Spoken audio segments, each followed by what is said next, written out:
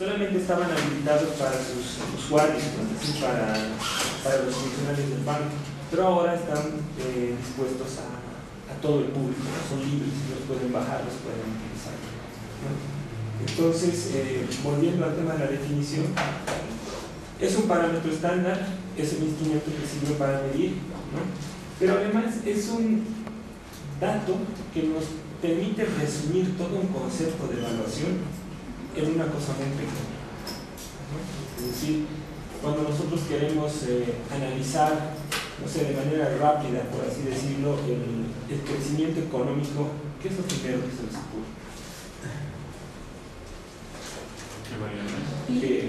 ¿Verdad? PIB, ¿no es cierto? Entonces utilizamos el PIB y ese es mi indicador de crecimiento económico. ¿Cómo lo veo?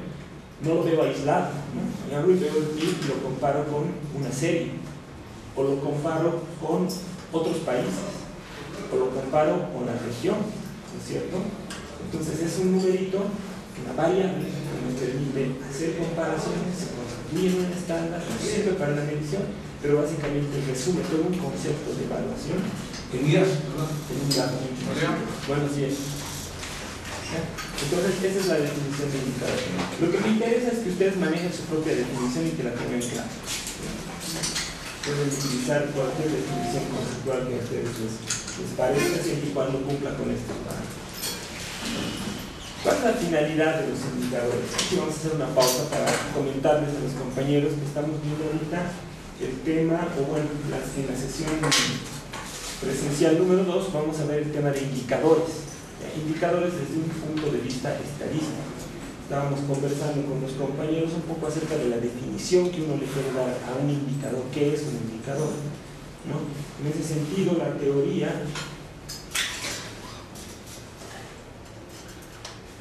nos dice que un indicador es un instrumento de evaluación que permite relacionar dos o más variables, comparando, midiendo y modificando el resultado. Pero hemos logrado construir una cosa mucho más entendible, comprensible, que es básicamente un instrumento que sirve para la medición a través del uso de estándares de comparación, ¿no? Que para fines estadísticos tiene sus pequeñas particularidades que vamos a ver enseguida. ¿Cuál es la finalidad? Los indicadores tienen la finalidad de medir los recursos, su aprovechamiento y calidad de servicios prestados con esos recursos, ¿ya? Ustedes van a ver indicadores de todos los tipos en diferentes sectores y en diferentes ámbitos. El indicador es un instrumento muy utilizado para fines estadísticos, principalmente para el análisis e interpretación de resultados, ¿no? Cuando nosotros hacemos un censo o aplicamos una encuesta, siempre tratamos de resumir ese conjunto de observaciones a través de algunos criterios, y esos criterios nos permiten muchas veces construir indicadores, ¿no? Entonces ese es más o menos el objeto. La cantidad de datos para confeccionarlo debe ser suficiente, además de confiables, ¿no? Es decir, los parámetros que nos vayamos a establecer para utilizar los indicadores tienen que cumplir con algunos de estos requisitos, ¿no? Es decir, debe haber la suficiente información para construir.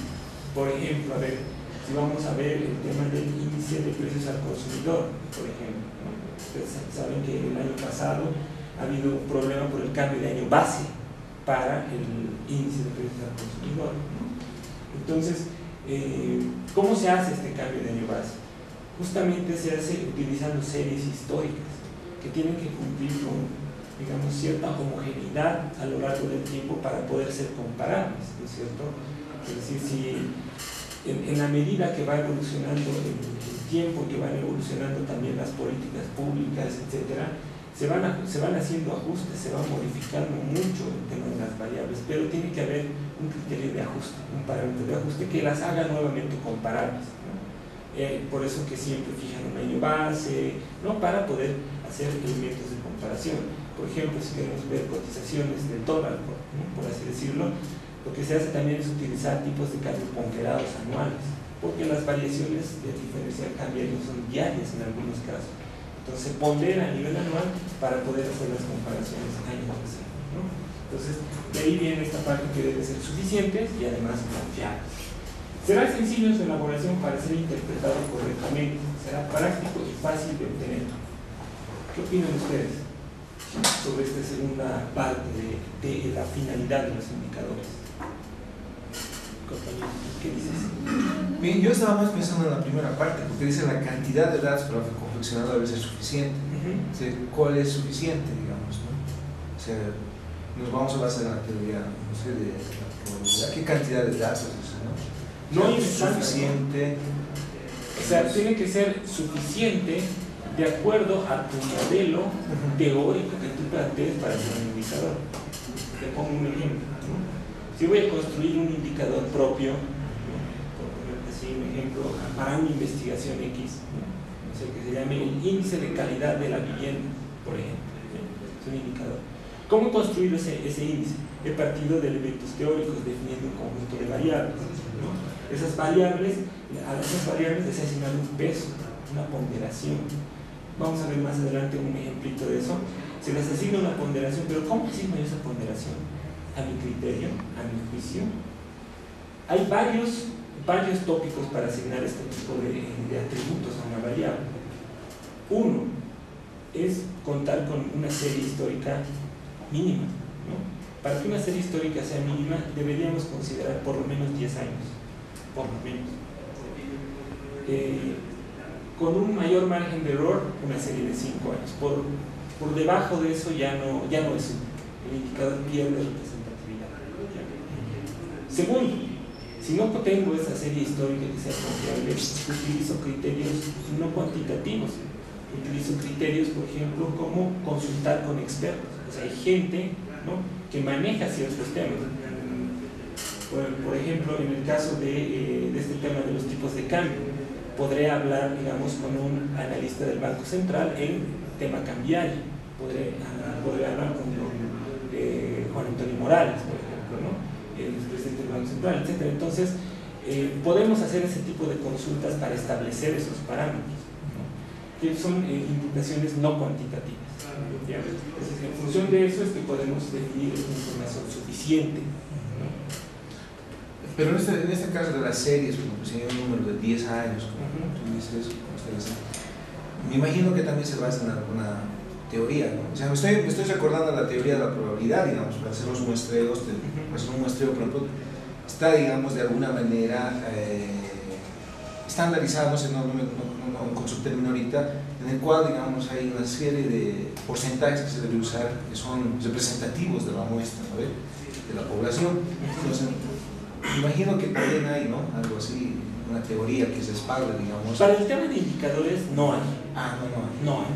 O sea, cuando tú vayas a ver y busques para la construcción de números índice, por ejemplo, sin andar muy lejos, utilizando un last page o un page para el índice de precios al consumidor, sea la metodología que utilices, te establece criterios, principios, pero no te establece normas rigurosas, digamos, decir que no, si no tienes que tener esta serie de, no sé, de 20 años mínimamente. Lo recomendable, y por eso les digo, lo recomendable es tener una serie mínimamente de 10 años. Podemos utilizar una serie de 5 años, pero corremos un riesgo mayor porque estaríamos teniendo una mayor posibilidad, digamos, de inexactitud al momento de calcular el indicador, ¿ya? O sea, simplemente ese es el esquema, ¿no? En el caso del muestreo es distinta la figura, ¿no? Ahí tienes una distribución probabilística, etcétera, que digamos ya es una función, ¿no? son algoritmos matemáticos que ya están predefinidos y están justificados y sustentados. Si te das cuenta acá, en la parte de indicadores es un poco una conjugación de elementos cuantitativos y elementos cualitativos, ¿no? Por ejemplo, si me dices no hay una serie suficiente, pero tienes que construir un indicador, ¿no?, y vas a ir a preguntarle a un experto, estás basando tu cálculo en la consulta de ese experto, ¿no?, asumiendo que es un experto, ¿no? Entonces ya es un criterio más subjetivo, pero que igual es válido al momento de plantearte un indicador. No sé si tienen alguna otra complementación que quieran hacer. No, quisiera decir que cuando se construyen los indicadores también se tiene que tener cuidado en las situaciones que han sido máximas, ¿no?, son valores extremos.